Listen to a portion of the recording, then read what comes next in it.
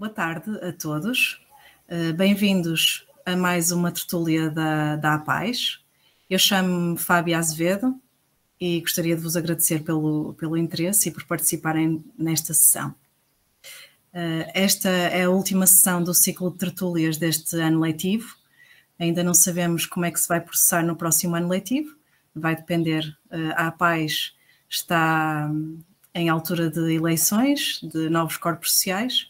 Por isso, vamos ver agora os planos para o futuro dos novos membros, quais é que são, se mantêm as tertúlias ou não, mas esta será então a última sessão deste ano letivo. Então, primeiro vou começar por vos apresentar a APAES e de seguida daremos início à nossa tertúlia. A APAES é a Associação de Pais e Encarregados de Educação do Agrupamento de Escolas Professor Paula Nogueira, em Olhão. Foi fundada em 2011 com o objetivo de promover a formação de pais, encarregados de educação e docentes do agrupamento, da comunidade. Desenvolve iniciativas pedagógicas, sociais, culturais, desportivas para toda a comunidade, que visam beneficiar não só a comunidade educativa, mas também as suas famílias, e principalmente as crianças e os jovens. Para quem não é sócio, convido-vos a associarem-se e a preencherem o formulário de inscrição que está aqui disponível no chat desta reunião. Podem assim contribuir para todo o trabalho que a Associação desenvolve. Relativamente a este ciclo de... e faltam-me convidar-vos para o maior evento da Associação, que é a Festa da Família, que se vai realizar no dia 23 de maio, aqui em Olhão, na Escola José Carlos da Maia. Vai ser um evento cheio de surpresas, cheio de atividades, com uma mostra do que se faz neste agrupamento, com comes e bebes. Vai ser super divertido para acabar o ano letivo em cheio, por isso apareçam. Então, agora, falando do ciclo de tertúlias. É um projeto que foi iniciado em 2020, já se organizaram mais de 30 tertúlias, com o objetivo de debater temas não só relacionados com os alunos e com as crianças, mas com as famílias e com toda a comunidade. Já aqui falamos sobre a utilização de ecrãs, sobre o bullying, sobre a importância dos trabalhos de casa, sobre a gestão de emoções. Há temas que nos foram sugeridos pelos próprios participantes e que nós temos todo o prazer em apresentar. Esta modalidade online tem permitido também que haja mais pessoas a participarem, que não sejam só aqui do agrupamento, mas temos alguns participantes de todo o país. A ideia também é partilhar experiências e desmistificar alguns temas, esclarecendo alguns assuntos que possam estar relacionados com as nossas crianças e jovens.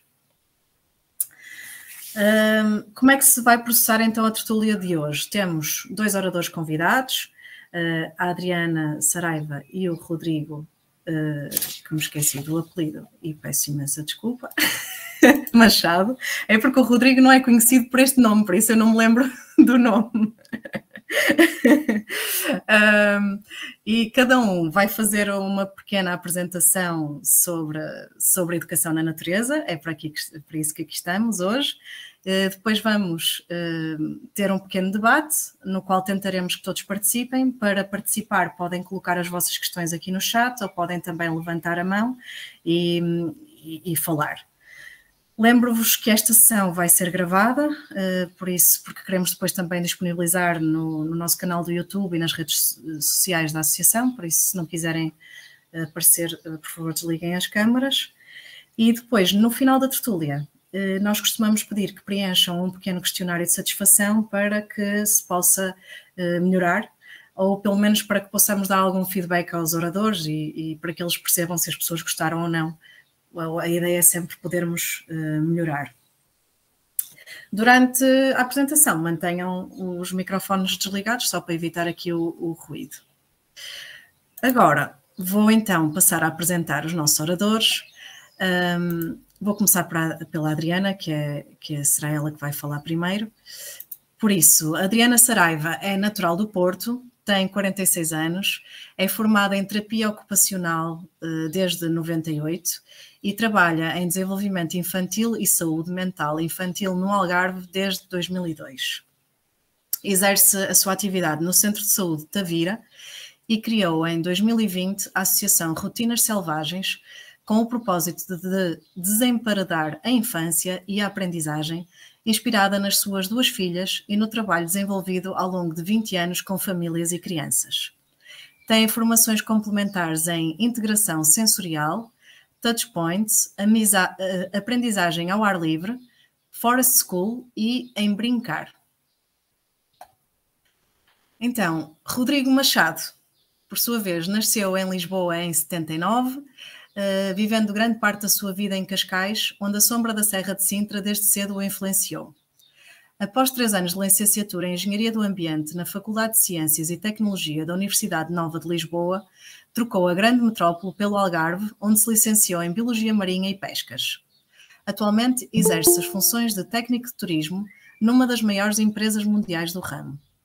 A paixão pela genética da evolução humana, o mundo natural, arqueologia, antropologia e também as artes no mato levaram ao inevitável contacto com as tecnologias primitivas e a arqueologia experiencial, tendo-se dedicado desde então ao estudo da vida dos primeiros humanos na pré-história e à divulgação dos seus modos de vida, principalmente junto de escolas, ATLs e museus. Esqueci-me de dizer que o Rodrigo é mais conhecido por professor Cromlech. Muito bem-vindos. Passo então a palavra à Adriana. Estás pronta? Sim? E desejo-vos a todos uma boa tertúlia.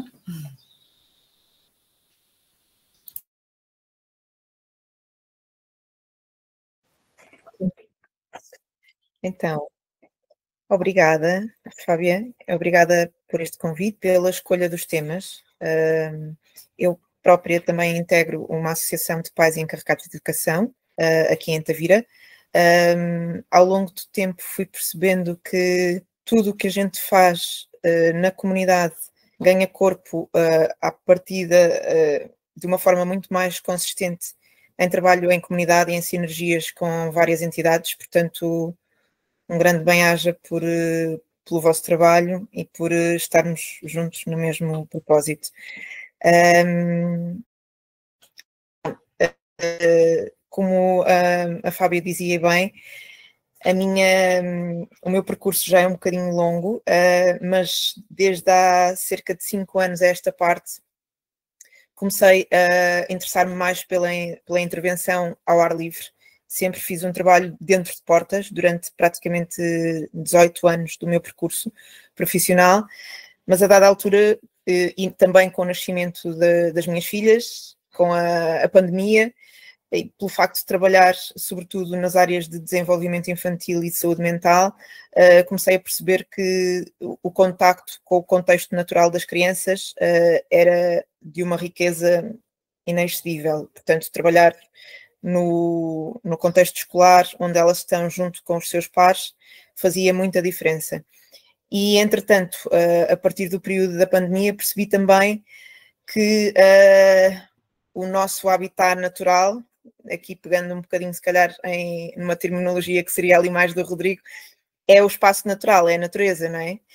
Portanto, comecei a fazer alguns trilhos com as minhas filhas, comecei a fazer alguns encontros com amigos junto a espaços naturais que nós temos relativamente próximos, e isto, tanto eu como o Rodrigo temos esta experiência, que é vir de cidades grandes e do quão mais afastados estamos fisicamente da natureza. Não tanto no caso do Rodrigo, porque eu por acaso tenho família em Cascais e em Sintra e percebo perfeitamente aquilo que é ser impregnado e a proximidade que existe ali com aquele pulmão tão significativo. Portanto, em 2020 criamos então uma associação chamada Rotinas Selvagens. As Rotinas Selvagens têm exatamente esse propósito de trazer as crianças para o exterior.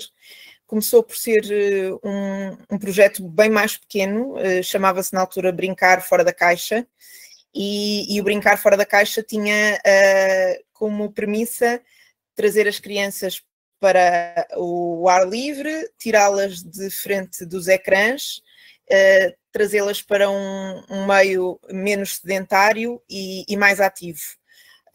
Sempre trabalhei com crianças desde 2002 e desde 2002 que vejo situações de dificuldades de aprendizagem, atrasos de desenvolvimento, alterações comportamentais, emocionais e desde há 5 anos esta parte me comecei a preocupar com os números, com os dados sociais, demográficos e as estatísticas relacionadas com desenvolvimento de saúde mental, sucesso e insucesso escolar e abandono escolar na região. Portanto, eu se calhar passava a apresentar um auxiliar de memória que tenho aqui com alguns tópicos para orientar um bocadinho esta partilha. E eu começava se calhar por partilhar que eu própria também tive na minha infância marcas muito significativas de contacto com a natureza. O meu pai é de Trás-os-Montes, sempre senti que o espaço natural e deixava aqui uma das frases de David Attenborough, que é: só protegemos o que amamos e só amamos o que conhecemos. A realidade hoje em dia, apesar de estarmos em ambientes que são urbanos / com uma proximidade grande do espaço natural e do meio rural, temos crianças muito mais empardadas, muito mais sedentárias, muito mais desconhecedoras do que é o espaço natural. Estava-me a lembrar que aqui há uns tempos nós fizemos uma iniciativa com um grupo de crianças, uma turma aqui em Tavira, e que as levamos a um pomar de sequeiro que existe muito próximo da escola. E numa turma de 20 e poucos alunos, apenas um reconhecia e conseguia identificar uma figueira. Isto é algo que me deixou assim um bocadinho perplexa. Eu, em termos de formação profissional, fiz uma formação muito na linha das neurociências e muito na linha daquilo que se chama integração sensorial e, portanto, a forma como eu olho para o desenvolvimento das crianças tem muito a ver com o meio, as principais ferramentas que o cérebro utiliza para construir aprendizagem e que começam desde cedo com a informação sensorial que a criança recebe. Portanto, hoje em dia nós temos contextos e hábitos de ocupação que levam a que a maior parte das pessoas esteja constantemente com um excesso de informação, em excesso de informação sensorial e em muitas circunstâncias em risco de ter dificuldades de atenção, de concentração, de reter informação. Nós sabemos como é que os currículos que nós temos nas escolas também não são muito favoráveis a que a aprendizagem seja feita de uma forma mais harmoniosa. E sim, vivemos numa região que tem, apesar de não ser densamente urbanizada como são grandes centros urbanos, temos crianças que estão com problemas de saúde mental consideráveis, grandes níveis de ansiedade, depressão, excesso de peso, diabetes, doenças respiratórias, e temos um espectro diverso de perturbações emocionais e comportamentais. As estatísticas em saúde mental apontam para os problemas de foro musculoesquelético e as doenças psiquiátricas como aquelas que mais incapacidade provocam na população ativa abaixo dos 45 anos de idade. Somos o terceiro país do mundo com maior consumidor de psicofármacos e temos um aumento significativo de comportamentos suicida, ideação suicida e comportamentos autolesivos. Nós não somos de uma geração, nem eu, nem o Rodrigo, provavelmente a Fábia também não, de uma geração nativa digital. Somos de uma geração que brincou na rua,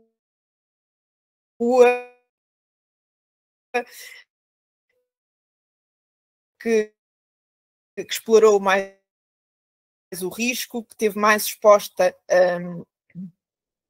menos protegida, digamos assim, se calhar numa linguagem mais aproximada daquilo que acontece hoje em dia em relação às crianças.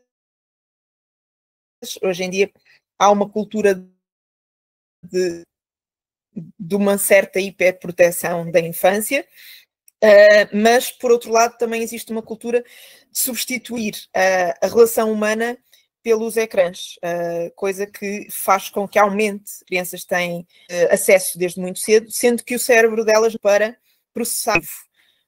Temos crianças com déficit, jovens portugueses com os maiores índices de carga horária, com baixos níveis de autonomia, dos mais baixos da Europa, e crianças, o que interfere com uma data de competências e de aspectos da sua saúde que importam referir.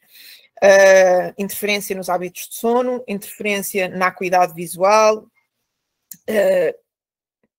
só para falar em algumas. Nós, comparativamente com países do norte da Europa, em particular, estamos cerca de 30 a 40 anos atrasados em relação ao conceito de maior equilíbrio entre atividades estruturadas e não estruturadas e a relação com a natureza, e nas preocupações em relação à saúde mental e saúde física. Quais são os benefícios do ensino na natureza? Adriana, desculpa interromper. Tu estás a passar slides, é que nós não estamos a ver os slides a passar. Ah, não? Não.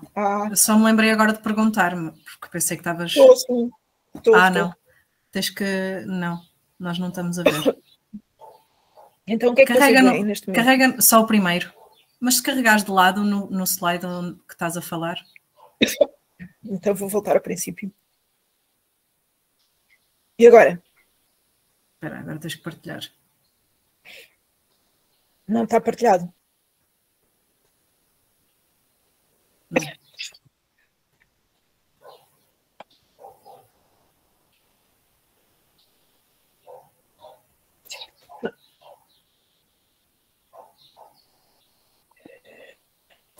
Isso. Agora estamos num slide que diz sobrecarga sensorial. E agora? Agora continua no seu... Não. Se tu carregares em cima do slide do lado esquerdo, não muda? Não. E agora? Sim. Não está a mudar. Epá.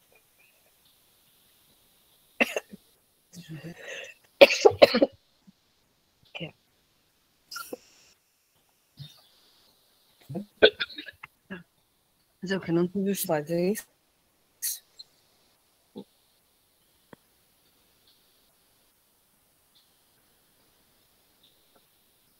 Consegues ver? Não está a mudar ainda, está sempre no mesmo. Mas não é muito importante. Se calhar podemos pôr no primeiro e depois continuar a falar. O slide pois é é isso. Visual. Sim, não faz mal.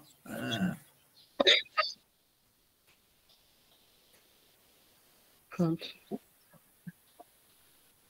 É que, como é alguma informação, era mais fácil acompanhar com o texto.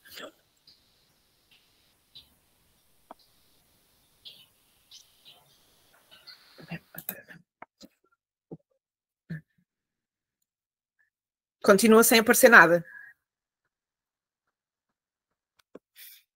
Está é no mesmo, ele não muda. Está é no mesmo, ele não muda. Desculpa. Eu penso que tem a ver com a internet. Eu vou fazer outra coisa. Como? Mas não faz mal. Podes falar, segues tu os teus PowerPoints e nós ouvimos. Não. Agora não.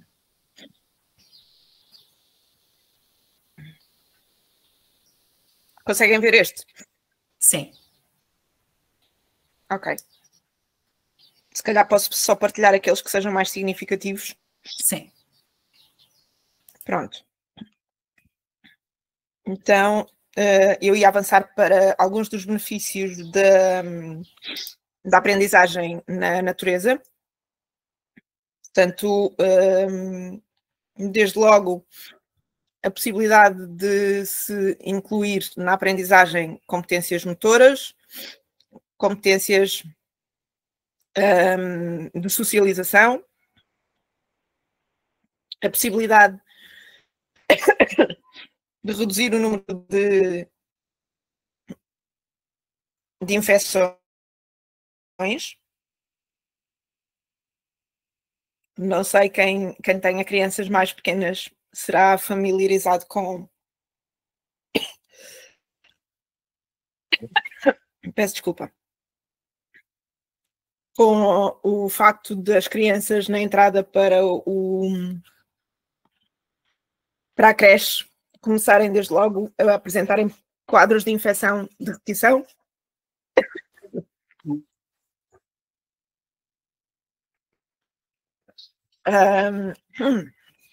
O facto das atividades ao ar livre permitirem regular estados emocionais, poderem melhorar sintomas de ansiedade e déficit de atenção.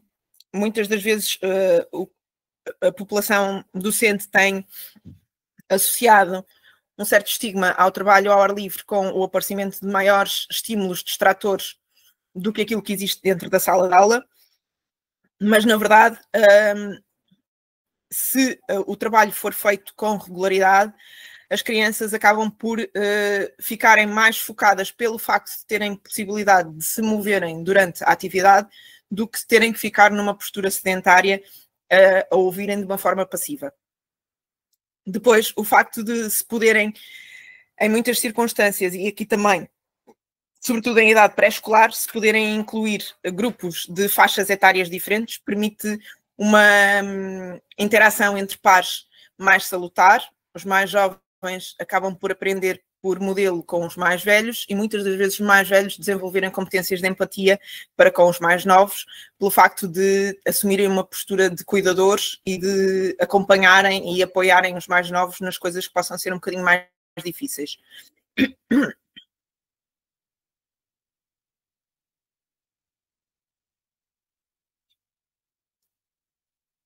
Depois, como eu dizia no início, uma das coisas que tem sido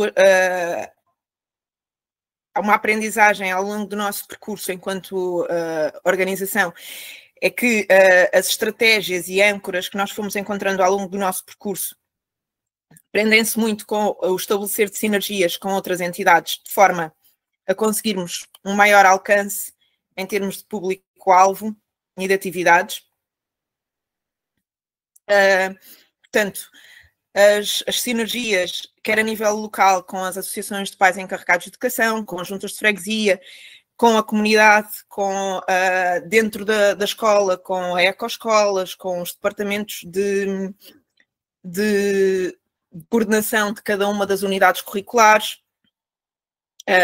Outra das parcerias que fizemos há 2 anos foi com um grupo de 2 turmas de pré-escolar, em que fizemos uma proposta de trazer as crianças para o espaço exterior e fazermos uma manhã de ensino ao ar livre por semana. Esta iniciativa, na verdade, já tinha partido da parte de uma das educadoras do pré-escolar, que tinha esta motivação e iniciou com esta atividade.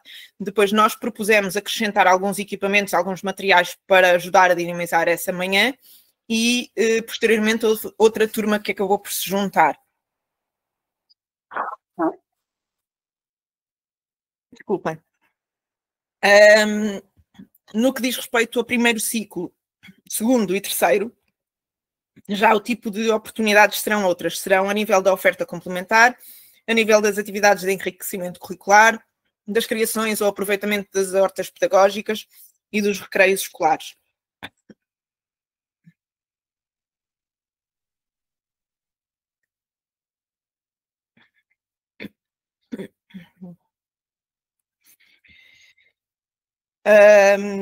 Uma das aprendizagens que fizemos também pelo percurso foi perceber que o projeto educativo do agrupamento, se tiver incluído a aprendizagem ao ar livre, é uma estratégia importante para, ao longo do ano, as atividades que sejam propostas já poderem estar contempladas e pensadas como uma ferramenta para se conseguir abarcar alguns conteúdos que podem ser melhor trabalhados no espaço exterior. Se pensarmos no contexto de primeiro ciclo, há conteúdos na área das ciências, da matemática, do português, que podem ser trazidos cá para fora de uma forma mais benéfica e mais motivante para os alunos. Temos, inclusivamente em Olhão, uma das professoras que já trouxe, o professor Carlos Neto, cá em baixo, é uma professora de matemática, que teve a iniciativa, inclusivamente, de trazer as ardósias para o espaço exterior e passar a dar aulas de matemática no espaço exterior. Conteúdos como as frações, as medidas, o conceito de medidas, as ciências, a experimentação, a fauna, a flora, desde logo são conteúdos que podem ser trabalhados em espaço exterior. Na próxima semana nós vamos ter um dos dias de aulas ao ar livre, que é dia 8 de maio. É um dia que, por tradição, nós tendemos a desafiar algumas pessoas da comunidade educativa, professores e educadores, a virem cá para fora e a tirarem proveito do contacto com a natureza. Há neste momento a decorrer uma iniciativa de financiamento para as iniciativas de apoio à mobilidade escolar. Um dos projetos que já desenvolvemos no âmbito de uma parceria que estabelecemos com uma entidade em Lisboa foi a criação de um autocarro humano, portanto, promover as deslocações a pé de casa para a escola ou de bicicleta, e, portanto, neste momento está a decorrer uma candidatura nesse sentido. Os modelos pedagógicos e teorias de base que sustentam a aprendizagem ao ar livre são inúmeros, mas eu realçava aqui alguns. Dizer que nós não somos fundamentalistas na aplicação de nenhuma destas teorias ou destes modelos. Temos alguma inspiração na pedagogia Waldorf, na Escola da Floresta, em metodologias de Child-Led Learning, de intervenções baseadas no brincar e nas teorias de peças soltas. Para vos dar um exemplo das teorias de peças soltas, a teoria de peças soltas diz que é a que está na base da criança olhar para um pau, um tronco, e poder ver naquele instrumento uma vassoura, uma varinha mágica, uma colher de pau, uma cana de pesca, enfim, poder atribuir a um equipamento, a um material que não tem uma finalidade específica, várias funções e vários simbolismos. E a partir daí, tudo o que está na natureza pode ser utilizado dessa forma. Portanto, nós podemos pegar em paus, em troncos, em folhas, em sementes, tudo um pouco flores, e fazer, utilizá-los de forma a construir algo, de forma a construir mandalas, a procurar categorizar por formas, por tamanhos, por cores, e ajustar aos conteúdos, por exemplo, neste caso, conteúdos curriculares da área da matemática, não é?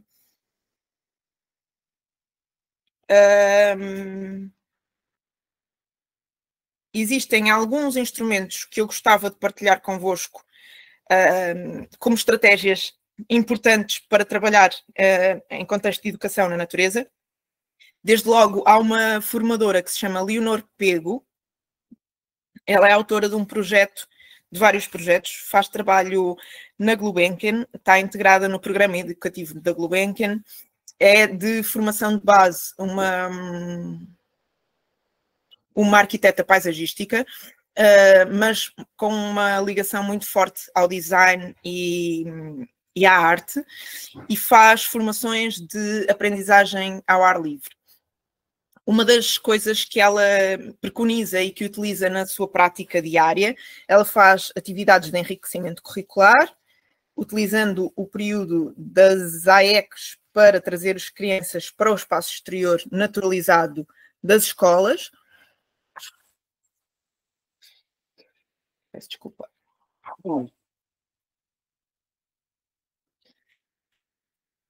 E constitui alguns kits básicos de materiais naturais, como sendo conchas, como sendo sementes, como sendo paus, canas, a partir dos quais depois utiliza esses materiais para desenvolver conteúdos. Também reutiliza caixas de ovos. Esses materiais ela utiliza exatamente para aplicar no desenvolvimento de conteúdos, como por exemplo no português, divisão silábica, construção frásica, construção de texto livre do tipo poético, do tipo narrativo, do tipo jornalístico, enfim. E portanto essa estratégia para constituir esses kits é uma forma de tornar de dar alguma estrutura e algumas ferramentas ao conteúdo que se quer trazer para fora da sala de aula, mas continuar com alguma ligação aos conteúdos curriculares, não é? Nós, aqui há coisa de 3 anos, desafiamos um grupo de educadores e professores a celebrarem este dia de aulas ao ar livre, dia 8 de maio. Depois existe uma outra data em novembro e tivemos cada um na sua área a tirar proveito dos recursos existentes e do espaço exterior de forma diferente. Uma das educadoras tinha apanhado um dia de chuva e sugeriu aos pais que as crianças trouxessem galochas e construíram vários barquinhos que as crianças foram colocar nas poças de água para poderem explorar um bocadinho o espaço exterior, tendo em consideração as condições meteorológicas desse dia. Outro aspecto bastante importante da educação na natureza é a mudança de paradigma ser feita com o suporte da comunidade e, em particular, das famílias. Existe um projeto no norte de Portugal, perto de Famalicão, que deve ser uma das poucas escolas públicas que tem o método de ensino ao ar livre e contacto direto com a natureza já há alguns anos e de uma forma muito consolidada, e existe inclusivamente um livro em que essa atividade está descrita, onde vocês podem ver toda a articulação e comunicação que é feita com as famílias e a colaboração que as famílias dão, inclusivamente na construção e requalificação do espaço exterior de um recreio, por exemplo, com recurso a reaproveitamento de madeiras, troncos e tornando o espaço exterior do recreio mais apelativo e mais motivante para as crianças. Depois, no âmbito do dia de aulas ao ar livre, existe inclusivamente, e no âmbito do ensino na natureza, e em comum com a metodologia da Escola da Floresta, eu chamava a atenção para um aspecto que é importante e que frequentemente preocupa as famílias, que é a avaliação do risco. A avaliação do risco geralmente faz-se tendo em consideração duas premissas. Por um lado, ver o que é que aquela atividade... Imaginemos que estamos a pensar em trepar às árvores. O que é que as crianças beneficiam em termos desenvolvimentais de trepar à árvore? Quais são os perigos? Imaginem que estamos a considerar uma alfarrobeira. Se calhar a alfarrobeira não será das melhores árvores para se trepar, porque poderá ter uns troncos um bocadinho mais frágeis e poderá quebrar. Mas temos as figueiras, por exemplo, que já são árvores que podem apresentar troncos às vezes um bocadinho mais robustos e que têm como aspecto facilitador até em idades mais precoces o facto de terem troncos mais rentes ao chão e, portanto, podem permitir um trepar mais autónomo a crianças mais pequenas ou mais baixas. Precauções que a gente pode ter para reduzir o risco de queda. Por um lado, termos crianças acompanhadas por adultos que fazem um acompanhamento atento e amigável desta exploração motora, por assim dizer, do espaço exterior. Podemos colocar, eventualmente, alguns colchões, podemos, enfim, este formulário serve um bocadinho para nós avaliarmos as situações de risco a que as crianças possam estar eventualmente expostas, não necessariamente estando expostas, porque dependendo do espaço que estamos a considerar, pode haver maior ou menor risco. Geralmente no recreio escolar não há tantos riscos, mas eu conheço agrupamentos de escolas em que é permitido às crianças trepar às árvores e conheço agrupamentos de escolas em que não é permitido as crianças treparem às árvores. Portanto, isto vai depender um bocadinho da realidade de cada contexto. Depois, agora estava a passar os slides. Não sei o que é que fizeste, mas agora estava bem. Ah, é? Sim. Já não sei, estou a fazer isto um bocadinho por tentativa e erro. Sim. Não há problema. Nós estamos a ouvir e a perceber muito bem. Ok. Então, portanto, deixar-vos aqui algumas sugestões de projetos. Primeiro, a nível internacional, que foram inspiração e são ainda inspiração do trabalho que nós desenvolvemos. O Timbernook é um projeto desenvolvido por uma terapeuta ocupacional americana e que, entretanto, se foi multiplicando com várias delegações em vários pontos dos Estados Unidos, mas também a nível de outros países, como o Canadá, o Reino Unido, a Austrália, enfim, um pouco por todo lado. Ele parte do pressuposto que existem crianças que precisam de estar expostas ao espaço natural e, na verdade, todas as crianças precisam de espaço natural. Existe um autor que é o Richard Love, que é o autor de um conceito que é o déficit de vitamina N de natureza. Ele tem vários livros importantes, esse será um dos mais significativos. Limites Invisíveis é um projeto na zona de Coimbra, foi desenvolvido uma parceria entre a Universidade de Aveiro, a de Coimbra e uma associação de pais e encarregados de educação. Leva as crianças para a Mata do Choupal em diferentes formatos, no formato de passarem um dia na mata, no formato de passarem uma semana na mata. Da mesma forma como hoje em dia temos os centros de ciência viva a fazerem uma ligação muito estreita com o currículo escolar e com o ano letivo, a organização do ano letivo, este Limites Invisíveis falo numa fórmula que é muito semelhante. O Jardim de Infância lá fora, o Jardim de Infância de São Miguel de Cedo, que era o que eu referi há pouco. Há um projeto que foi desenvolvido em Torres Vedras num consórcio e no âmbito de um programa Erasmus, num consórcio entre a Universidade, a Faculdade de Motricidade Humana, o município de Torres Vedras e alguns espaços educativos do município e também do país estrangeiro, portanto, no âmbito do programa Erasmus, e que se chama Moving and Learning Outside. É um projeto que comporta toda a programação de uma educação pré-escolar utilizando o espaço exterior. Aqui mais perto de nós temos, e focado no Sotavento, que é onde a gente se situa, o Centro Infantil O Caracol, em Estoi, que faz atividades regulares de ensino ao ar livre e com contacto próximo na natureza, e a Horta do Figueiral em Altura. A nível de literatura, de bibliografia, vocês ainda estão a ver o que eu estou a partilhar? Fábia?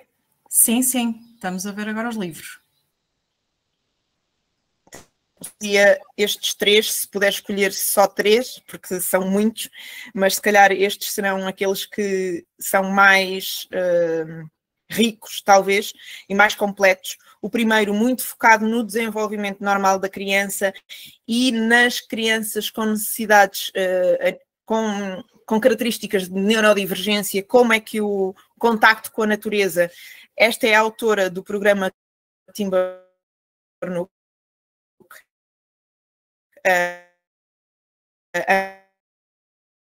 Angela Hanscom. Ela criou o projeto Timbernook, que é a autora deste livro, e então explica ao longo de todo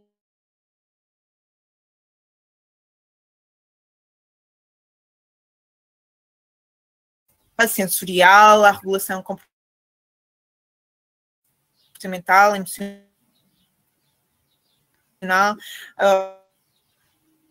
ao estímulo cognitivo,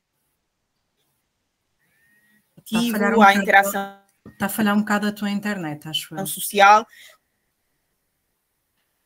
tudo o que é possível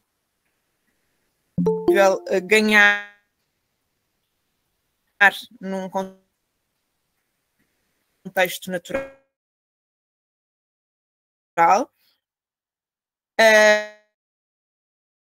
O lá fora, que se calhar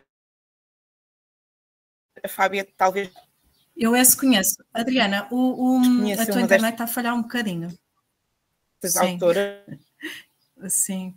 Esse lá fora eu conheço bastante bem. E a Mariana. Sim.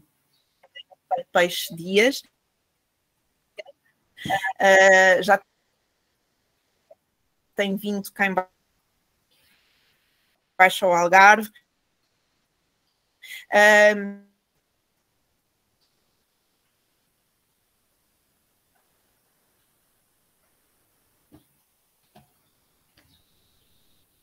Acho que a Adriana ficou sem internet. Isto já estava aqui meio bloqueado. Peço desculpa. Ela há de voltar a entrar. Rodrigo, não sei se queres avançar assim de repente. Ok. Sim. Acho que a internet dela foi abaixo. Depois, quando ela voltar, logo finaliza. Quando tu acabares. Está bem? Ora, boa tarde a todos. Obrigado pelo convite. Eu provavelmente sou o único aqui que não vem propriamente das ciências da educação, chamemos-lhe assim. Todo o meu trabalho com as crianças tem sido, já há 3, 4 anos, que tem sido da minha autoria, e eu vou vendo. O que é que eu faço essencialmente para perceber um bocadinho melhor? É, quando eles estudam, especialmente com escolas, quando eles estudam a pré-história, seja no 5º ano ou no 7º ano, os professores dão a matéria e depois chamam-me a mim para ir dar eu uma aula, onde eu lhes apresento então as réplicas, todas aquelas coisas com os materiais naturais. E eu tenho-vos a dizer que nestes últimos 3, 4 anos fiquei extremamente preocupado com o que tenho visto por aí. Porque eu tenho alunos de 5º e de 7º ano que não sabem o que é uma lua cheia, não sabem o que é resina, nunca viram um osso, eles ficam chocados e escandalizados quando eu lhes mostro ossos de animais transformados em ferramentas, eles ficam escandalizados. Portanto, acho que há aqui um trabalho muito, muito grande, e o problema, e a Adriana falou nisso, é que muitas vezes não são as crianças, está nos pais. Porque eu já tive oficinas que fiz com museus, ou até mesmo em nome individual, em que eu abro inscrições, as famílias inscrevem-se e vêm passar um dia comigo ao campo, onde os pais têm medo de tudo e mais alguma coisa. A Adriana voltou. Adriana, queres acabar? Pode ser agora ou quando o Rodrigo acabar, tanto faz. Eu também não demoro muito. E acho que o trabalho com os pais...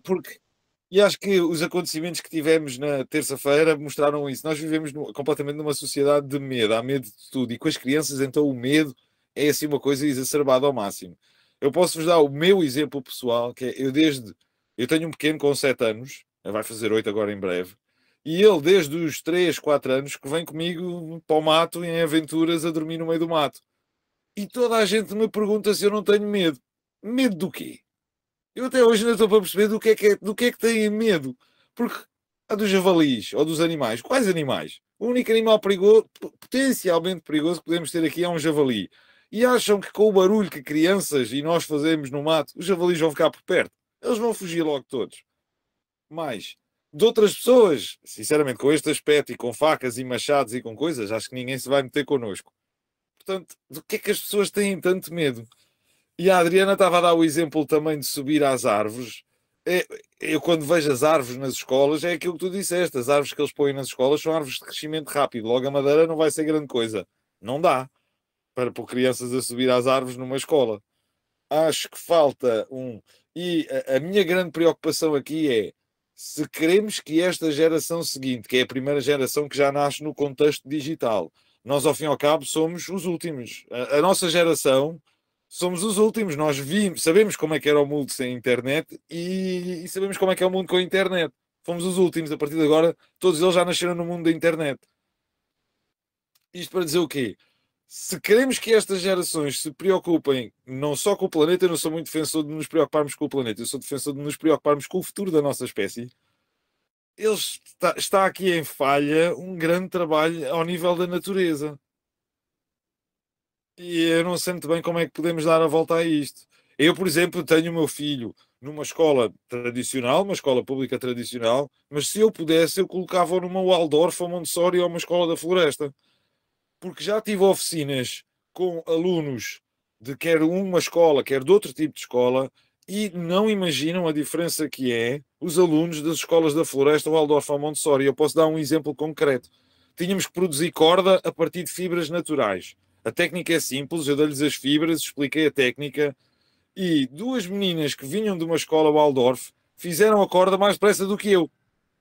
Os outros, a tal história que a Adriana falava do déficit de atenção, e outro problema também que eu vejo, que é a recompensa imediata.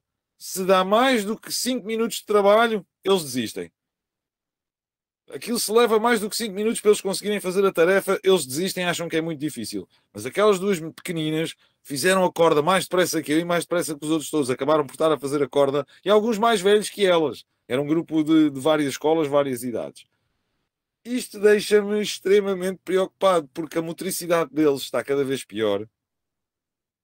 Os processos cerebrais, gestão de conflitos está cada vez pior. Eu vejo crianças que eu entrego uma concha com tinta para eles dividirem. Eles não querem dividir, querem uma concha só para eles. Como é que vamos dar a volta aqui a isto? É extremamente difícil. Por isso, é que o meu modelo preferido de trabalhar na natureza é trazer os pais também. E muitas vezes o que eu tento fazer é, enquanto os pequenos estão a fazer uma coisa, toda a tribo tem que trabalhar para conseguirmos o objetivo. Vamos fazer pinturas rupestres. Os pequenos vão tratar de partir a pedra e juntar os ingredientes que são precisos para produzir a tinta. Os pais, eu dou-lhes sílex e agora vão buscar raminhos e vão buscar coisas para fazermos os pincéis. Tentar pôr toda a gente a trabalhar para ver se conseguimos dar um bocadinho a volta a isto. Eu, por exemplo, tenho a experiência com o meu, de que ele agora, quando chegou à escola, houve um dia que eu fui lá, na primeira reunião que tive com a professora, ela chamou-me logo a atenção: ouça, o seu filho já traz uma série de conhecimentos de aritmética básica. E foi tudo a jogar, a brincar, a fazermos jogos. Eu desde cedo, quando nós jogamos muitos jogos com dados, ele é que conta os dados. Ele é que faz as somas quando são dois dados, todo esse tipo de coisas. E noto que muitos pais também não têm a paciência para estas coisas, também não têm o tempo para estas coisas. E já está aqui um trabalho muito complicado e finalizo, antes de passar a palavra à Adriana, com o que eu gosto sempre de falar, que acho que também temos todos que ter essa noção, que é um cartoon muito engraçado que há, é um cartoon que são dois pais pré-históricos à entrada da caverna e olham para dentro da caverna e estão as duas crianças sentadas à volta da fogueira, muito fixas no fogo. E diz a mãe para o pai: sabes, acho que esta tecnologia nova se calhar não lhes vai fazer muito bem.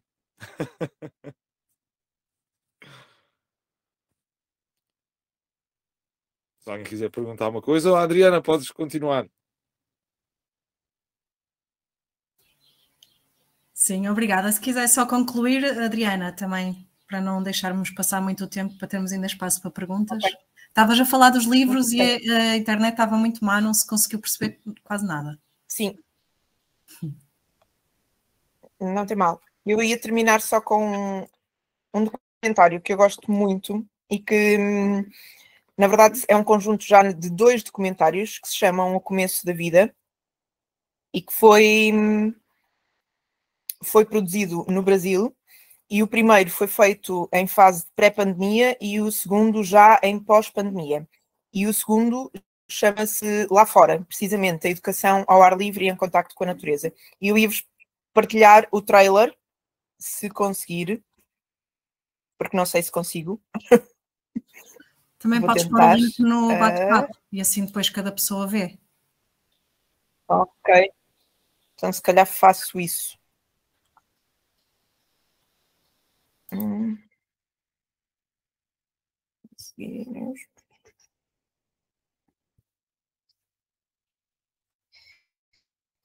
Quem não é muito ágil com as tecnologias. Rita, ajudas-me aqui, se faz favor.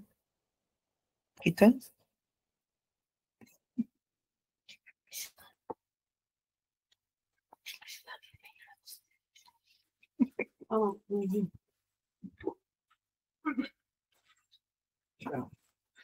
Pode dar? Sim. Onde está? Este aqui, não? Então, vai. Não, É esse, não é esse? Não, não é mas este está nas aqui. janelas. Não está. Então vai lá espera. Eu nem sequer consigo passar o cursor para baixo. Está aqui.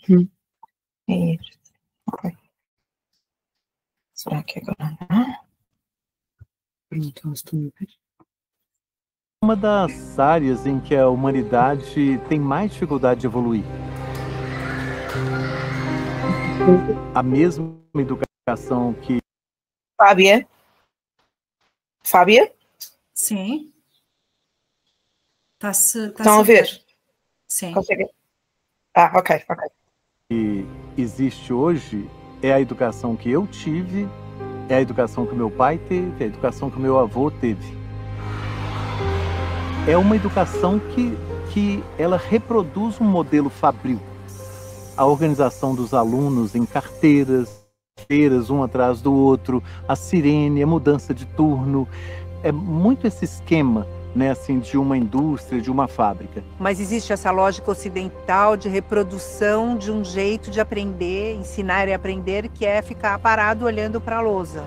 Isso já faz muito tempo, isso não nasceu no Brasil, né? É uma coisa de colonização.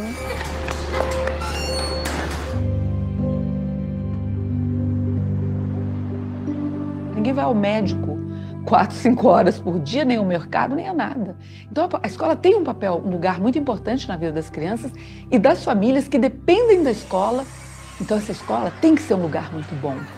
Ela precisa ser um lugar muito bom e ela pode ser um lugar muito bom.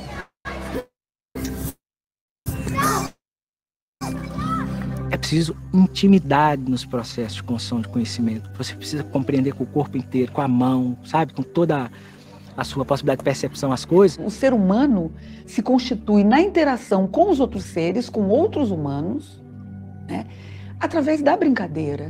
Olha para as crianças, vai atrás delas, né? Acredita no desejo, acredita no sensorial.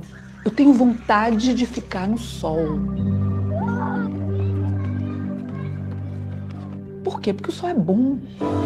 I think if you watch a child, even a young child, for 10 or 15 seconds, what you see is that they have an appetite for experience. Yeah. What's the one thing that a child, as soon as they speak, they will say, you know, I'm bored. Are unbelievably their nature's most efficient learning machines. One of the children doing when they're learning is that they're going from what is kind of known and predictable and thus boring to what is a little bit exciting and different and new and so a little bit risky.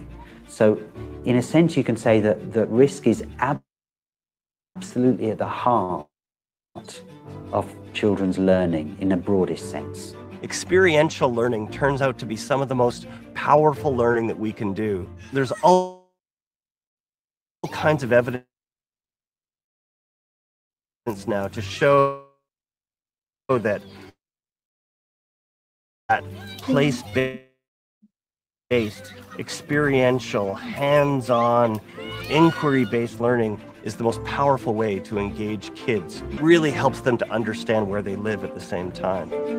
La profesora más grande. La naturaleza hace las defecta, el universo es un ejemplo. Y entonces, ¿por qué no vamos a poner a los niños inmersos en un laboratorio de vida, que es un huerto, para que aprendan de ella? We've developed a culture that we don't milk cows, we don't slaughter our own chickens, we don't grow our own food. So adults don't think that stuff is important, and therefore it's not a part of what we think of as what's important for children.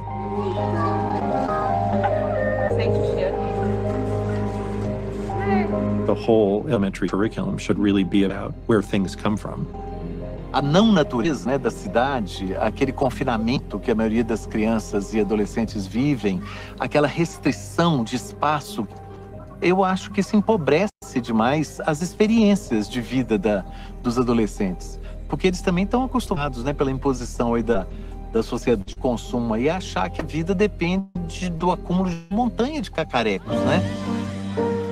Os adultos pensam que a gente consegue muito menos do que a gente consegue de verdade.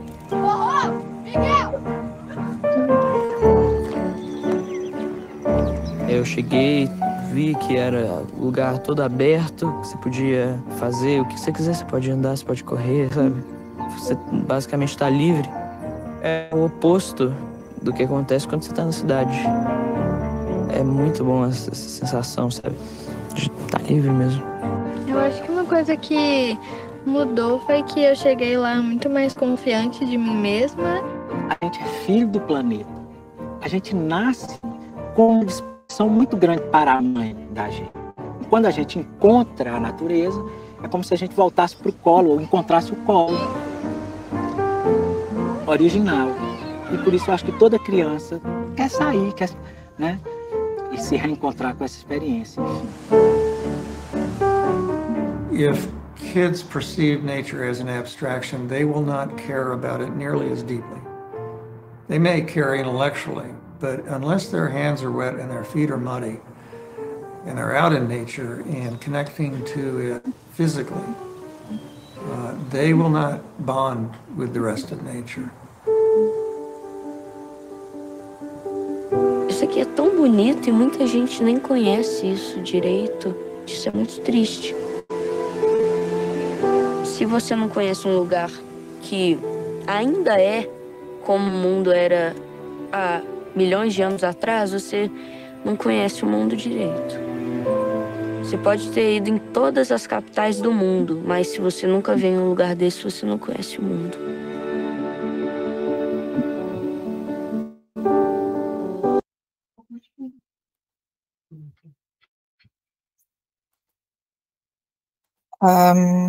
Só para terminar, Fábia, aquilo que eu gostava de acrescentar e fruto também de um balanço daquilo que a gente via no vídeo, é se nós estamos num mundo que está a avançar rapidamente para a tecnologia, para uma data de coisas novas e excitantes e entusiasmantes e que de facto cativam muito as crianças e os jovens e os adultos, aquilo que nos compete a nós, famílias, educadores, é fazer o contraponto, é dar-lhes a oportunidade de testarem nos interstícios de tudo o resto, da carga horária que têm, daquilo que fazem no dia-a-dia, das atividades estruturadas, a ir trazendo-os para a natureza, como o Rodrigo descrevia e bem, que é a experiência dele como pai, que é a minha experiência como mãe, e que eu acho que se calhar, enquanto não houver essa vontade, dificilmente depois se vai aceitar que a própria escola traga isso para uma nova realidade. Muito obrigada. Sim. Eu queria só dizer mais uma coisa. Que é, por exemplo, em relação à teoria das peças soltas, como a Adriana falava, eu vejo que eles também não têm, muitos deles não têm imaginação nenhuma, zero. Nós damos-lhe um pau e eles não conseguem desenvolver mais. Para eles é um pau, ponto. Não sai dali. E havia outra coisa que eu queria dizer e que me esqueci, entretanto. Peço desculpa. Mas pronto, continua.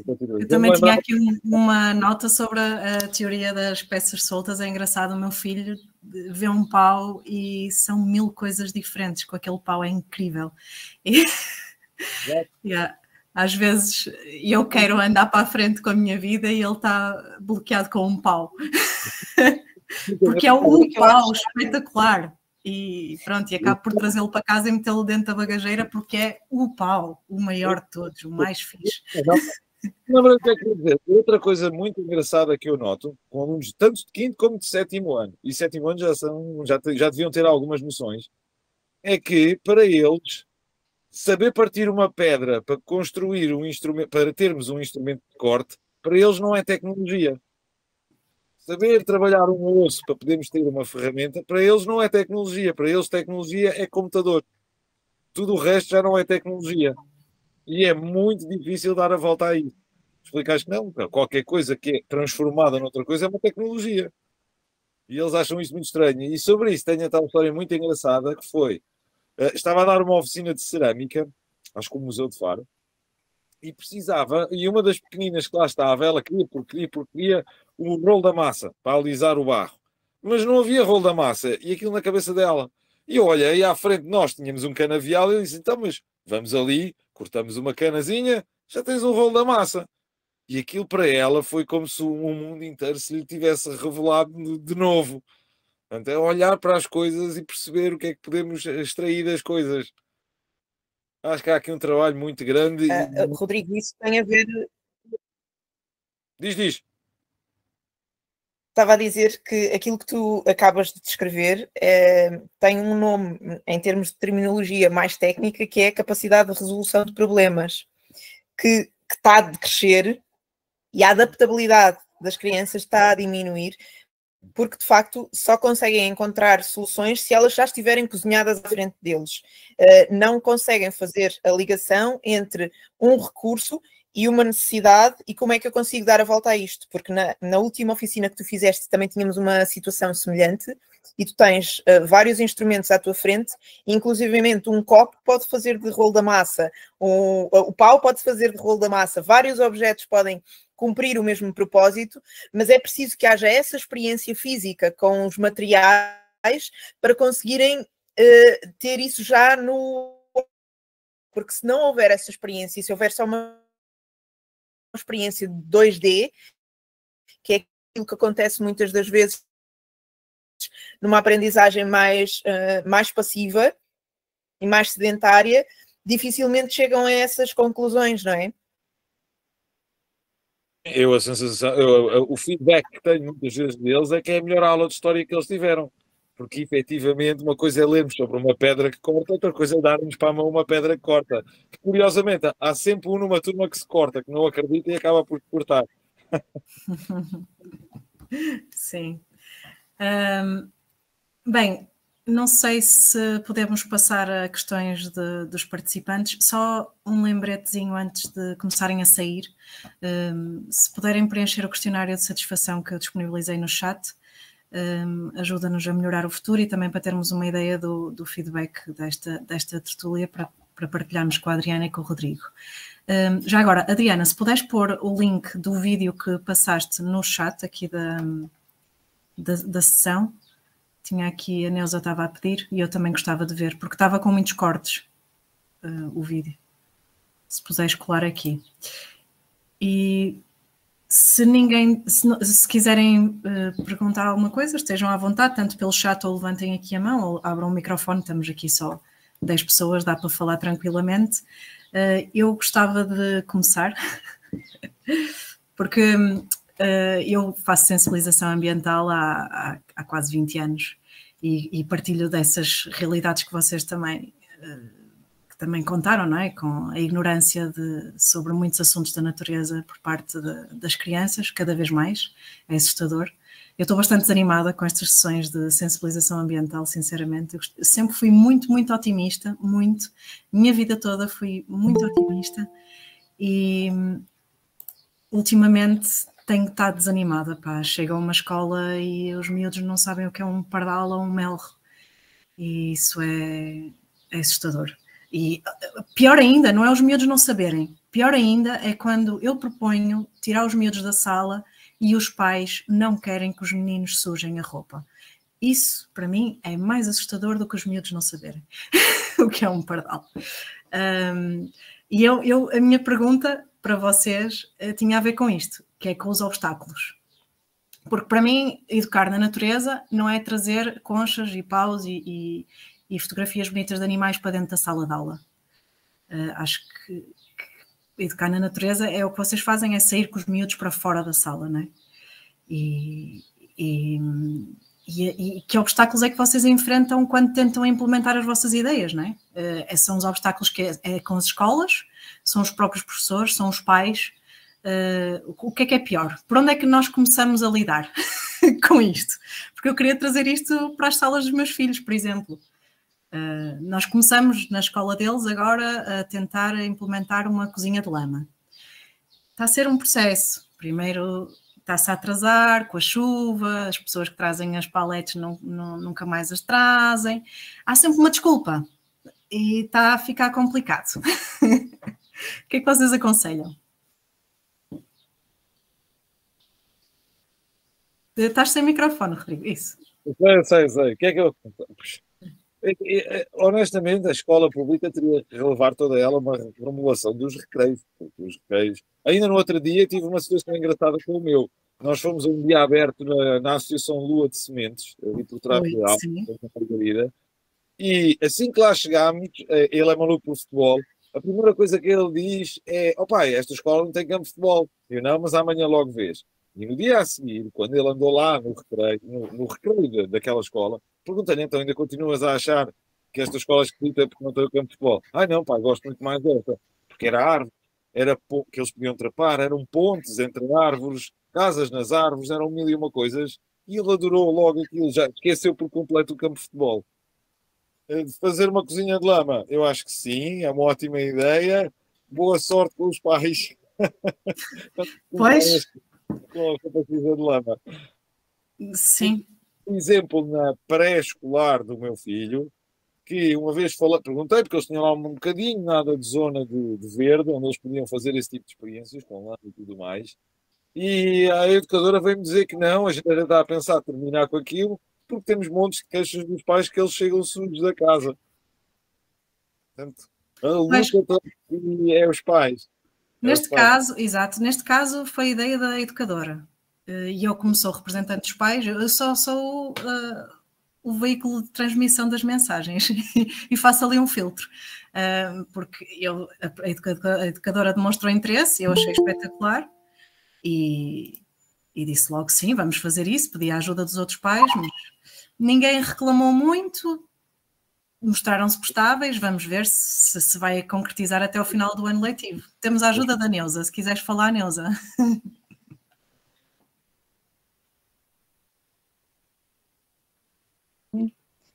Olá, pois é, eu ando a tentar também, porque pronto, eu estou na escola do... Oh filha, cuidado! Eu estou na escola em que os meninos da Fábia estão, e eu quando lá cheguei achei que fazia falta muita coisa deste género. E então pronto, também andamos a tentar ver, pronto, que eles não têm mesmo nada assim que lhes possa, pronto, dinamizar ali umas experiências, porque é isso mesmo, eu tenho uma com 5 anos que ela própria diz que vai fazer experiências, pronto, com lama, com pedras, com paus, com tudo.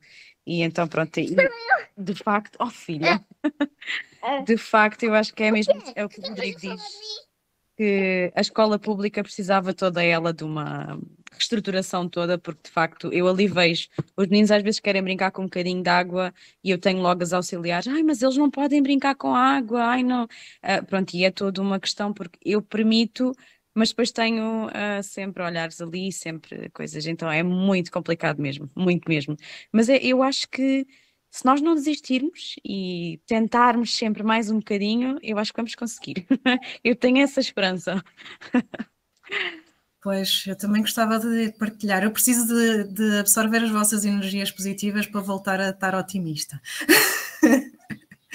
Mas eu acho que se calhar tenho que começar a trabalhar mais com os pais. Eu acho que é isso, eu acho que é isso mesmo. Eu, por exemplo, eu faz-me confusão quando a minha filha está muito limpinha, porque quando a minha filha está muito limpinha quer dizer que ela não brincou quase nada, pronto. E então eu acho que nós temos que também tentar sensibilizar um bocadinho os pais, porque eu acho que esta questão do medo, como o Rodrigo estava a falar, o medo apoderou-se muito dos pais e acho que eles não permitem. Eu, por exemplo, eu andava sempre a subir árvores, eu andava sempre a brincar na rua, eu andava sempre a brincar com lama e tentei passar isso à minha filha. E eu acho que muitos pais não permitem isso e eles próprios faziam. E eu acho que já se esqueceram de quão felizes eles eram a fazer essas coisas. E eu acho que pronto, acho que é muito isso. Não sei bem, acho que é os pais que nós temos que trabalhar com eles, não só com as crianças, mas é com os pais mesmo. Sim, até acho que esta geração é chamada de cristal, não é? É que qualquer coisa parte. Há assim uma história. Adriana, sim, tens o microfone desligado. Sim, então eu ia sugerir aqui 2 ou 3 coisas. Sim. Entre elas, façam encontros de famílias.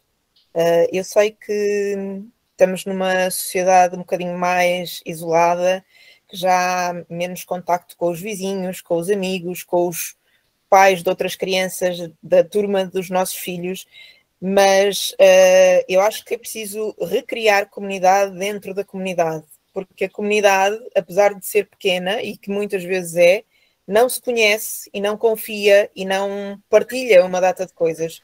E se vocês conhecerem 2 ou 3 pais da mesma turma, juntem-se, vão fazer um passeio, um trilho por Marim, pelo parque em Marim, pela Quinta de Marim, vão ver as salinas, vão às ilhas, e nessas oportunidades eles vão perceber que quando as crianças estão juntas e a brincar no espaço natural, o grau de interação, de motivação, de interesse, de gozo é tão grande que eu acho que não pode deixar de engolir o medo. E acho que, de facto, o medo é uma realidade em relação aos pais, mas também acho que quando os pais começarem a perceber qual é o custo-benefício de um trepar às árvores, de subir um muro, de andar descalço, agora vai andar descalço na gravilha, vai andar descalço num piso irregular, vai tropeçar, vai cair. Sim, cai, mas também se aprende a defender. Curiosamente, os acidentes que acontecem com mais frequência nos recreios são à partida de crianças menos hábeis do ponto de vista motor e com menos oportunidades de explorarem.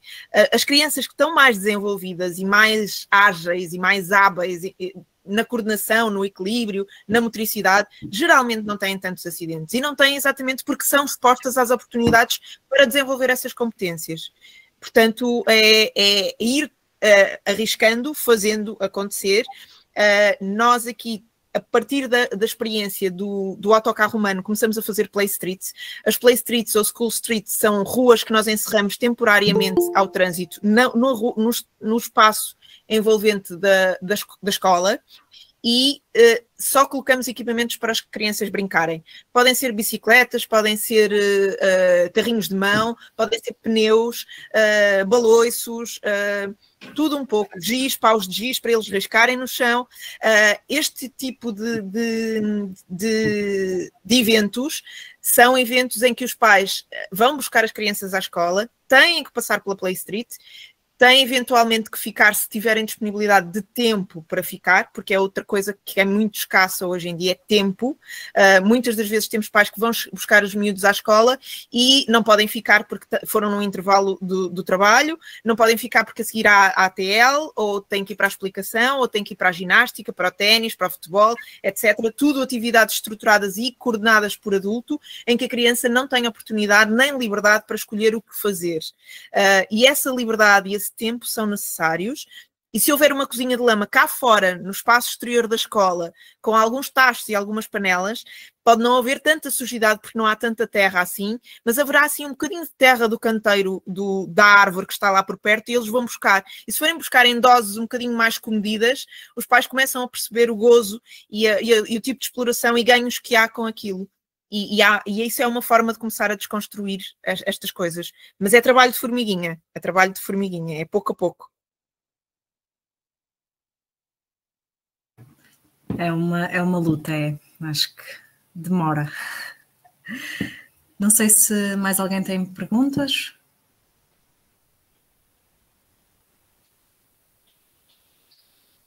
Vocês sentem que há educadores interessados e pais, professores e educadores interessados neste tipo de abordagem?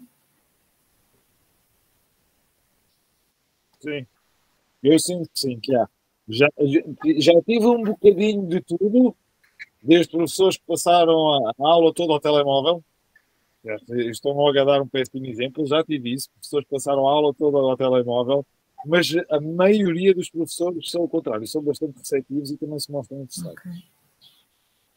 Nesse aspecto, acho que até estamos bem, sentem-se provavelmente mãos atadas, muitas vezes. Olha, Fábia, eu tenho diferentes experiências. No que diz respeito à exploração e a brincar e a aprender ao ar livre, há muita relutância, mas consegues encontrar, se calhar em média, 2 professores em cada estabelecimento de ensino. Se calhar num universo de 12, talvez encontres 2. Aquilo que eu percebo é que quem tem uma infância com memórias felizes em espaço natural não esquece e quer proporcionar isso às crianças. E isso marca muito. Pessoas que viveram noutros países, por exemplo, em África, com outro tipo de culturas, também trazem isso um bocadinho para as vivências dos miúdos, e pessoas que ainda têm a criança interior muito viva. Depois, o facto de estarmos numa sociedade em que toda a gente está super assoberbada e professores e comunidade educativa tão atolados de trabalho, de responsabilidades, de exigências de todos os lados, de burocracia, e isso faz com que o medo, a ansiedade e a inquietação tomem conta e dominem na primeira linha de abordagem. Nós, por exemplo, nos recreios ativos, que são dinâmicas que temos tentado fazer, temos professores de educação física que amam, ficam apaixonados por aquilo que a gente proporciona, mas temos professores de matemática que já não gostam tanto. Temos outros professores, ou até mesmo na coordenação da escola, que já nos dizem, aquele material da próxima vez não tragam. E se eles caírem? Nós temos seguro, a escola tem seguro, há uma data de medidas e há avaliação de risco nas atividades que fazemos, mas às vezes não é suficiente. E também há pais que vão reclamar, mas eu acho que a maioria gosta mais do que reclama. Pois, acho que sim. Sim, mais. Também nos sinto muito atrasados em relação ao que se faz lá fora, em Portugal. Nós estamos muito atrasados ainda. Porque eu tenho muita experiência também com estrangeiros e é completamente diferente. O que se vê, eles são muito mais abertos a este tipo de experiências e deixam os miúdos fazer tudo. Sim, e se formos a ver, a realidade é que aqui as escolas mais alternativas, não é? As escolas Waldorf que há no Algarve ou Montessori, quase todos os alunos são estrangeiros. Há bastantes portugueses que já começam a aderir também, mas a realidade... As escolas também são, a maioria são estrangeiras, também são geridas por estrangeiros. Também, sim. E deste lado do Algarve, infelizmente, estamos muito mal servidos. Está aqui um nicho de negócio, se alguém estiver interessado em... É isso, estamos a falar. Dá aí uma ideia no ar. Eu conheço muita gente que está a tentar, mas as coisas não são fáceis. Falam com a autarquia e tentam reutilizar espaços que estão vazios e é sempre um não, e a verdade é que faz muita falta, porque a minha filha tem 5 anos e ela não anda na escola, porque eu acho que ainda não encontramos aquele local que eu sinta que ela possa ter a liberdade, porque ela é uma menina do pé descalço, ela é uma menina de estar em constante contacto com a natureza, com paus, com folhas, com terra, e pronto, e na escola onde estão os meninos da Fábia, pronto, eu ouço lá muito, não podem brincar com paus, não podem brincar com não sei o quê, e os meninos vão brincar com o quê? Vão brincar com... Eles têm que brincar com essas coisas. Nós temos é que lhes explicar que tem que, ter cuidado, porque são coisas que pode haver, alguma farpazinha, magoar, mas nós temos que permitir que eles, passem por essas experiências. Eu sou muito a favor disso. A minha filha, normalmente acho que nós não conseguimos fazer um passeio sem trazermos umas folhas, sem trazermos umas pedras, sem trazermos, eu já nem sei, às vezes na mala do carro eu tenho, às vezes até dá para fazer ali uma boa coleção, porque é uma coisa inevitável. Ela própria diz, mamãe, mas é tão lindo. Uma vez fez-me uma birra enorme, ali um choro intenso, uma questão que ela dizia, um pau, mas o pau vai ficar aqui sozinho, mamãe, nós temos que levar para casa. Ela tinha 2 anos, acho que ela tinha 2 anos, e mamã, o Pau vai ficar aqui sozinho, nós temos que levar para casa que ele precisa de cuidados. E então pronto, lá trouxemos o Pau para casa e demos os cuidados que o Pau precisava, pronto. E assim foi. E é assim sempre nos nossos passeios, pronto. É os nossos tesouros da natureza, dos nossos passeios. Era isso que eu ia dizer, nós chamamos-lhe tesouros e depois vais Sim. a ver aqui a nossa casa e parece um museu de história natural, porque está É cheio. basicamente isso, sim. Bem, olha, chegou. Olá, Neuza! Olá, Alex! O que é que trouxeste do passeio? Trouxeste alguma coisa? Sim, trouxemos um Ai, desculpa aí que eu cortei o microfone. O que é que trouxeram? lagartas. Lagartas, pronto. Eu, para ter sossego, pedi ao pai para ir com eles passear ali no parque e chegaram com lagartas, pelos vistos. Vamos ter borboletas. Bem, não sei se mais alguém tem alguma pergunta. Está aqui a sessão de pais com a mão levantada. Marta, és tu? É que também está a chegar aqui à hora. Sim. Sim. Eu só queria também complementar, gostei muito da tertúlia, agradecer. Faço parte da Associação de Pais também, agradecer, a tertúlia foi excelente, mas aqui o que queria complementar é, além da Associação de Pais, também faço parte de uma associação desportiva e nota-se muita diferença dos alunos que vivem no campo ou que lhes é proporcionado isso e os alunos, os atletas neste caso, que vivem dentro da cidade e que não lhes é não lhes é permitido terem este tipo de experiências. Em termos de motricidade, os alunos são, e as atletas neste caso depois, têm a motricidade muito mais desenvolvida e a linha de pensamento também é assertiva e construtiva. E é isto que eu não consigo compreender nos pais hoje em dia. Estes mesmos pais, como aqui foi falado na tertúlia, que tiveram essa experiência de saltarem às árvores, caíram, partiram braços. É verdade, mas faz parte, de certeza, da próxima vez a descer a árvore já sabiam qual era o pé que deveriam colocar. Os pais que atiraram pedras, os pais que saltaram à corda, os pais que saltaram a elástico, são os pais que hoje em dia não permitem que os filhos façam isso e que não definem cedo a motricidade, tanto a grossa como a fina, e depois isso é levado para a vida. Chegam miúdos com, já não vou falar pequeninos, mas 10, 12, 14 anos, que nem sequer sabem correr, eles não dobram os joelhos.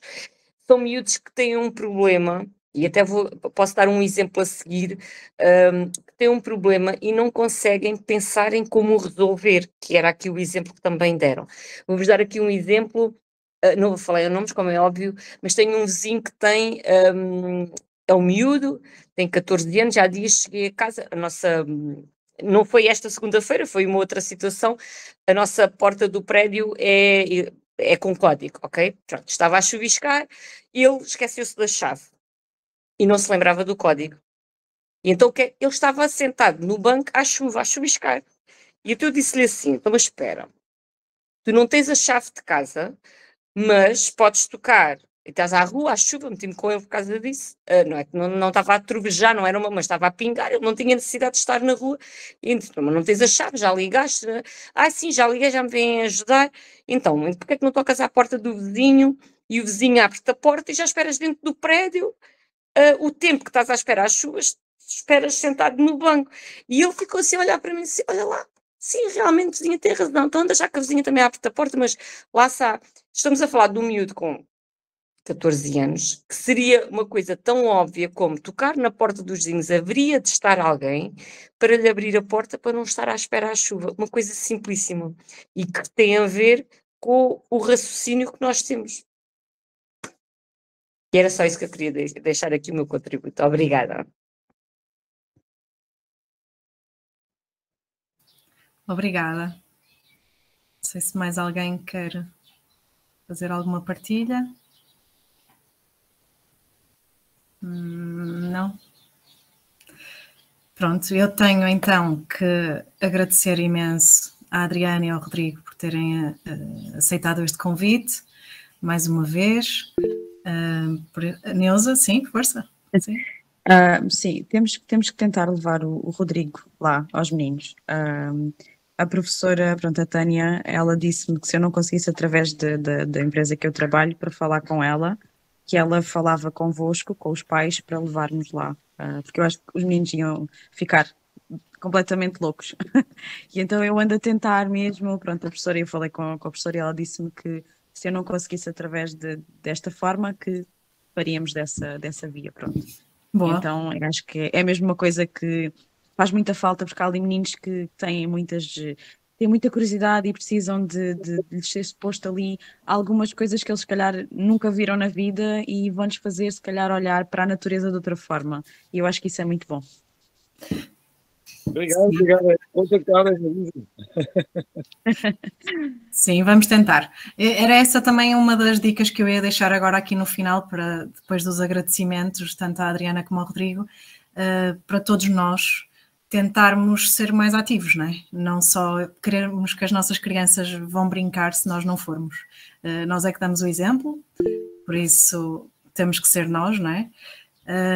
E além disso, também sugeria que as pessoas participassem nas atividades das associações, não é? Tanto na da Rotinas Selvagens, da Adriana, na zona de Tavira, tanto nas associações de ambiente que existem aqui em Olhão e que fazem atividades ao ar livre, passeios de natureza. Já não peço para as pessoas se associarem, que isso já tem custos económicos, mas participem nas atividades. Há tanta coisa a acontecer, quase tudo gratuito.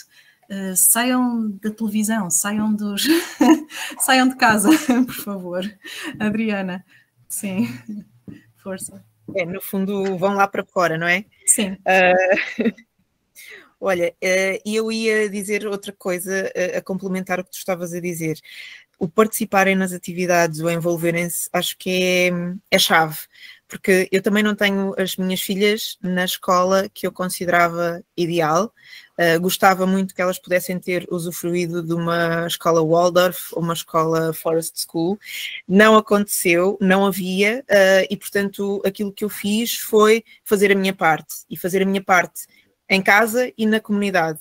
E eu acho que todos nós somos educadores, todos nós somos cuidadores, e podemos, cada um de nós, se tocarmos 10 famílias, estaremos a tocar aqui 12 vezes 10, estaríamos a tocar a 120 pessoas que poderiam passar a mensagem e podiam replicar as nossas ações. Portanto, façam encontros de famílias, façam playgroups, façam passeios, trilhos, aproveitem o 1 de maio, aproveitem as efemérides e tentem levar, não vamos Maomé, melhor, Maomé à montanha, vai à montanha ao Maomé. Muitas vezes não conseguimos levar os miúdos para a natureza ou a escola para a natureza, mas podemos trazer natureza para dentro da escola ou para dentro da sala de aula e vice-versa. Portanto, façam essa parte. Sim. Obrigada. Se puderem preencher aqui o questionário de satisfação mais uma vez, insisto. Rodrigo, não sei se queres finalizar com alguma palavrinha? O que a Adriana disse é isso.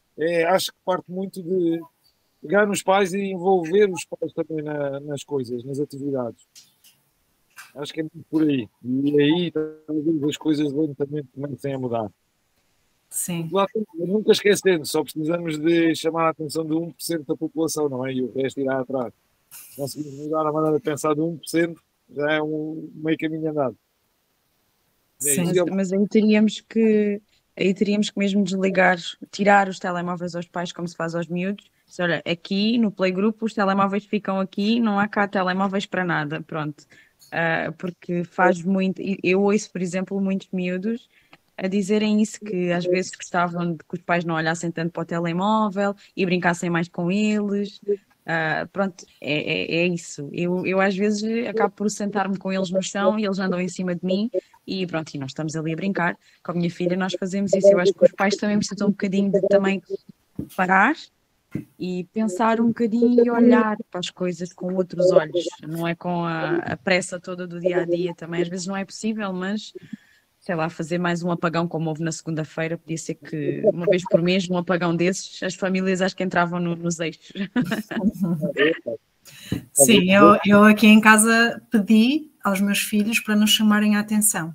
Se nós estivermos no telemóvel, para nos dizerem, por favor, desliga. E isso marca, tem resultado. Pois é. Eles dizem, vou contar até 3 e tens que desligar o telemóvel. E nós temos que o fazer. Mas é bom. Tem dado resultado. É bom isso, pronto. Sim. Isso é bom. Bem, muito obrigada a todos mais uma vez. Convido-vos para participarem na festa da família, não se esqueçam, vai ser espetacular. 23 de maio, na Escola José Carlos da Maia, aqui em Olhão, a partir das 6 da tarde, ainda não está bem apurada a hora de início, mas no final da tarde, prolonga-se pela noite, concertos, atividades, vai ser muito giro. Queria-vos agradecer por participarem nesta tertúlia. Da minha parte, em nome da Associação de Pais, foi um prazer dinamizar este ciclo durante este ano letivo. Esperemos que no próximo ano se voltem a repetir este tipo de iniciativas. Mais uma vez digo, a Associação de Pais está à procura de membros para os órgãos sociais. Se houver aqui pessoas que queiram participar, serão muito bem-vindas, porque precisamos de dinamizar.